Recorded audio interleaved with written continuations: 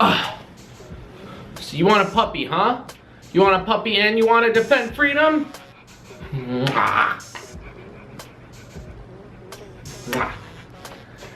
Hey guys, what's up? DwkVideos here, back with another military video. Instagram, Snapchat, description down below. Whoa! And I live stream every Sunday, California time, 6 p.m. This is my pupper. We're gonna talk about owning pets while in the military, how you can do it, how you go about doing it, and you will never find another puppy as cute as Bruno. Isn't that right, pee-pee paws, shit face? So let's start off by saying who's eligible for pets. Well, for one, boot camp, A school, or your tech school, depending if you're, Marine, Army, Navy, whatever, you're not gonna own any pets. You're not gonna have pets in the barracks, not fish, not snails, unless you sneak them in, but then the risk is on you. When I was in A school, I got in trouble by one of the officers. There's signs all around Fort Sam, Texas, telling you, don't pet the stray animals. And I saw a cute ass lab on base for some reason. I don't know, it's a huge army base and they had wild animals, but a Labrador came up to me, oh, he's a good boy, he's a good boy, and then I get chewed out like five minutes later. So, risk is on you. I would advise not doing that. But once you're out of the fleet, you have a little more leeway, right? So, let's say you're put in the barracks, because majority of you watching this are gonna be in the barracks. Hypothetically, depending on the barracks and how civilianized they are, they might let you have a fish or something. Maybe a snail, who knows? Fish, snail, probably as far as it's gonna go. Maybe a hermit crab, right? Barracks, you're pretty limited. So, what you're gonna do is find the first girl you can out in town, marry her, get her BH. Bruno, go play with mommy. Yeah, go play with mommy.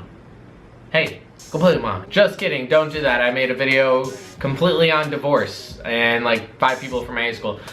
But once you're out of the fleet, you're with someone you love, whatever, you're in an apartment and you can have a pet however you want. The problem is you also have to think in the future if you're enlisting and where you can bring the pet. Because certain bases, right, like my base, California, I can't have this big ass German Shepherd, well he's a puppy now, but he's gonna be huge. He's only 3 months, man, on base, right? They don't allow guardian breed dogs on base.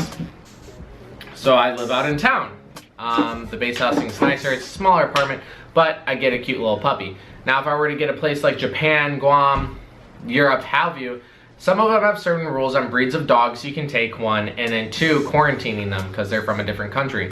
So that means time away from your dog, they're in like a kennel thing and you can like visit them during the day, which is pretty sad. So I would honestly just leave them with my mom if I got orders overseas. With the other dog I left when I joined the military out of high school. Yeah, I'm just abandoning dogs left and right at my mom's. But you gotta think, once you get a dog, you're super limited on where you can live. A lot of apartments, especially in California,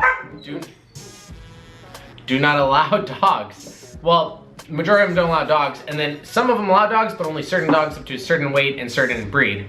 So Bruno is practically banned from everywhere in California for the most part.